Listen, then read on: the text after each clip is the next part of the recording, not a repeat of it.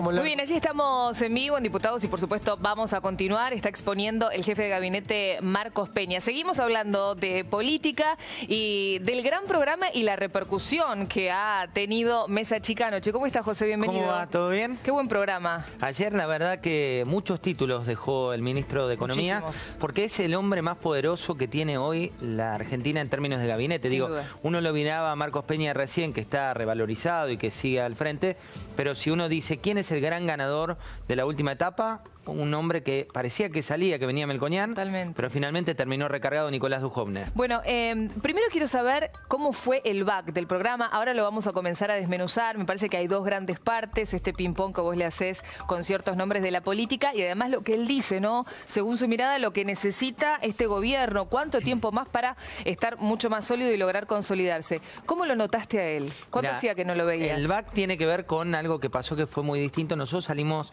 siempre en vivo, de 22 a 23. Ayer la entrevista, como lo dijimos al aire, fue grabada un ratito antes porque el ministro iba a ver a River. Es fanático de River, jugaba a River. Ayer teníamos la bendición y la maldición, los que somos de River, que River ganó. Desde lo televisivo ya era una maldición que te juega a River y vos mirás un poco a River, y el ministro se iba a ver el partido de fútbol. Entonces llegó bastante más cansado, visiblemente cansado. Digo, el raíz de los últimos días, el estrés del dólar, qué pasa con el dólar, que te vas, que te quedás, que se va el gabinete, ¿no? Los viajes. Ahora de hecho tiene por delante un viaje de 32 horas porque va a ser el enviado a la nueva cumbre, como lo hace la Argentina, y le espera ese viaje en los próximos días. Se lo ve cansado, se lo ve, viste, un hombre que es muy joven, pero que le pasó el temporal del dólar, la crisis y la recesión. Es la política. Es la política. Es la política, sin lugar a duda. Pero bueno, más allá de eso, dejó, me parece, coincidís con estos dos momentos importantes, ¿no? Cuando vos le preguntás, bueno, ¿cómo sigue la política económica? Y él contesta esto de consolidarse. ¿Cuánto tiempo más nos falta? Sí, hay una construcción que se está dando ahora desde el relato ya de Cambiemos, que la venía haciendo el presidente de la Nación, María Eugenia Vidal, pero no había llegado a la cartera económica. Digo, el ministro cuando había venido a La Nación Más la última vez nos había tirado una frase que generó rebote por lo irónico para los que no lo quieren y lo positivo para otros, es que se venían los brotes verdes. Sí, es verdad. Que era una época de brotes verdes. También había hablado del segundo semestre en su momento. 3 frases o 3 hitos, digo, segundo semestre, brotes verdes. Y ayer que dijo, no voy a cometer el mismo error de decir cuándo termina la recesión. Como que la experiencia les demuestra desde el punto de vista de gestión que decir en marzo se reactiva la economía, llega el 1 de marzo y tenés a todas las pymes tocándole la puerta diciendo, ministro, ¿qué dijo? Y recesión, no crisis. Recesión, no crisis, alega que es una cuestión semántica, pero la verdad es que la recesión es una crisis. Digo, ¿qué implica recesión? Son 2 trimestres consecutivos de caída de la economía. Eso es técnicamente una recesión. ¿Qué es una crisis para el ministro? Es la ruptura de la forma o de las medidas que se venían tomando. Lo que dice es, esto no tiene que ver con crisis anteriores porque acá las decisiones iniciales que veníamos tomando son las mismas que vamos a terminar tomando. No hubo un cambio de rumbo. Bien. De ahí es su justificación que estamos en una recesión y no en una crisis. Entramos con ciertas reglas, vamos a salir con las mismas. Más duras, ¿no? Más duras, sin duda. ¿Te parece compartir la primera parte? No. Vamos a ver lo que decía anoche en Mesa Chica el ministro Nicolás Dujovne. Hoy pensamos que ya tenemos un tipo de cambio real muy competitivo, el más competitivo de los últimos 10-12 años, que creo que no refleja los fundamentos de la economía argentina, pero que va a permitir que de la mano del sector exportador, la economía argentina empiece un sendero de recuperación que va a ser bastante marcado dentro de un tiempo. Estamos camino a tener un presupuesto aprobado con equilibrio primario, cosa que no teníamos desde el año 2009, ¿no? Llevábamos 9 años con déficit antes del pago de intereses, algo a todas luces insostenible durante mucho tiempo. Por otro lado, hemos decidido adoptar una regla monetaria muy dura, que es la que pensamos que necesitábamos para dar un cambio realmente radical respecto de lo que nos venía ocurriendo en los últimos meses, donde no lográbamos estabilizar las variables nominales de la economía. Evidentemente hay una visión de que este programa de reformas que se inicia en diciembre de 2015 necesita prolongarse por lo menos otros 4 años para consolidarse, para que los resultados sean bien visibles y para que en el año 2023, cuando se esté discutiendo la política económica del siguiente gobierno, ya se discuta en un rango mucho más pequeño que el que se suele discutir en la Argentina, puesto que este esquema debería ser exitoso. A los países le ocurren cosas como las que le ocurrió a la Argentina este año, y saber conducirlas es muy importante, y lograr evitar esas crisis que recurrentemente tiene la Argentina cada 10 años, inmensas. Pero no estamos en crisis. Bueno, digamos, yo podría decirte es una recesión, no es una crisis, es semántico. Este año la economía va a tener una caída parecida a la del año 2016. Yo te preguntaría si en 2016 estábamos en una crisis o no. Sin duda que estamos en una recesión. Bueno, lo que mencionábamos recién, ¿no, José? Estamos en una recesión, no en una crisis. Se encargó muy bien el ministro de subrayar eso. Hay una cuestión también de no solo lo que subrayó, sino el tono. Ajá. Vos fíjate que está bastante más monocorde, con un tono más pausado, pero una cuestión que no es menor. ¿No tan enérgico? No tan enérgico y habla más técnico. ¿Por qué te hago esta salvedad? Cuando él asume como ministro, sí, un poco lo que se buscaba era tratar de tener cercanía con la gente. Él venía, como lo sabemos, de ser columnista de Carlos Pañi en Odisea, pero también de una consultora.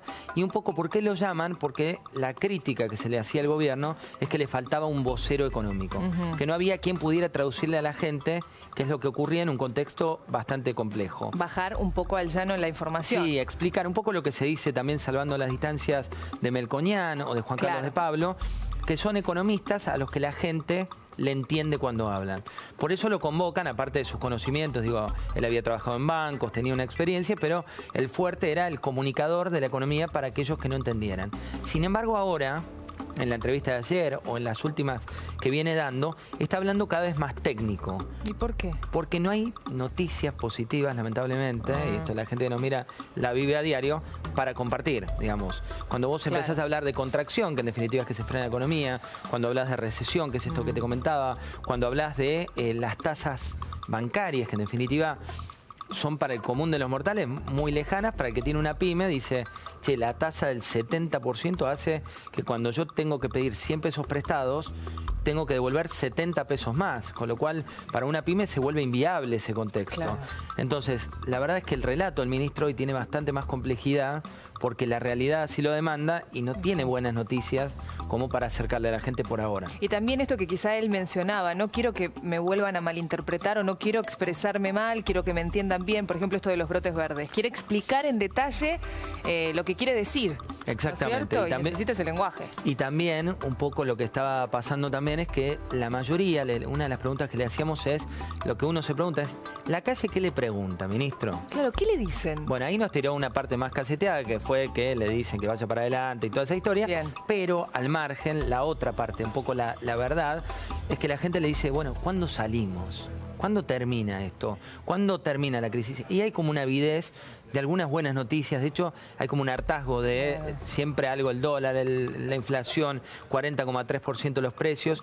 Y un dato preocupante, un dato que realmente es preocupante, que el dólar baje hoy, si bien es una buena noticia, porque veníamos diciendo sube el dólar, lo peor que le puede pasar a una economía es que vos no entiendas qué pasa.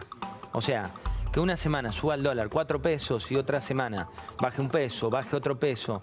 Y ayer rompimos el récord desde 2003 de la moneda que más se apreció en 48 horas. Es decir, en 2 días, desde 2003 que no pasaba que el peso ganara un 9% al dólar. Que por un lado está bueno, porque vos decís, bueno, mi salario mejoró, pero por otro lado, si vos tenés una empresa, sos empleado... Te perdés. Decís, che, ¿qué va a pasar? ¿Cuánto está el dólar? ¿Cuánto vale el kilo de pan? Exactamente. Que tiene harina, que tiene precios en dólares. ¿Cuánto vale la nafta, que sube y no baja? Sí, exacto. ¿Qué es lo que está pasando, no? Que es un poco lo que se le pregunta al ministro. Y por eso es que esta banda cambiaria debería tener cierta previsibilidad, porque si hoy baja más de la banda, puede pasar algo que no pasa hace ya varios meses, que es que el Banco Central, en lugar de vender dólares, tenga que comprar. Porque ahora lo que hacía el Banco Central es vendía para contener la suba. Cuando el Banco Central compra dólares, lo que hace es trata de evitar que baje más de lo previsto. Ahí estamos hoy. Claro.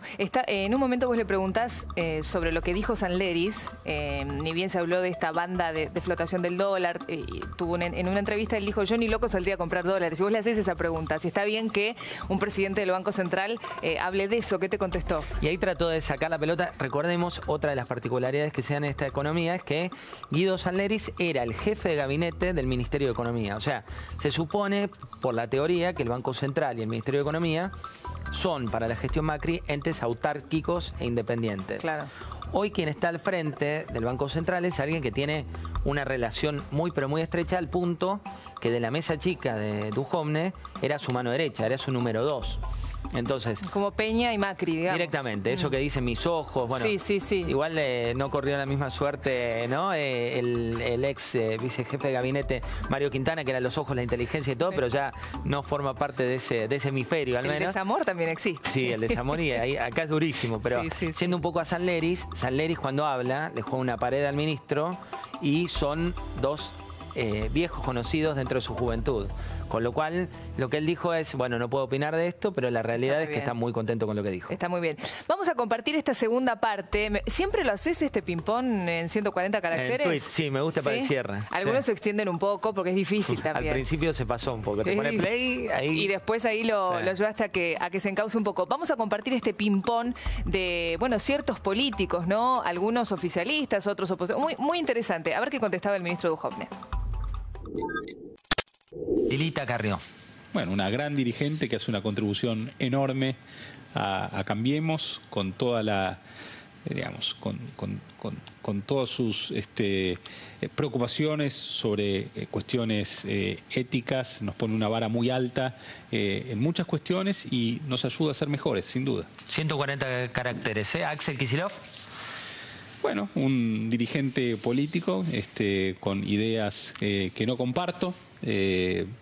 Por supuesto, habrá tenido buenas intenciones, pero una gestión, a mi modo de ver, muy pobre, que nos dejó problemas muy grandes que tuvimos que resolver apenas asumió el presidente Macri. Marcos Peña.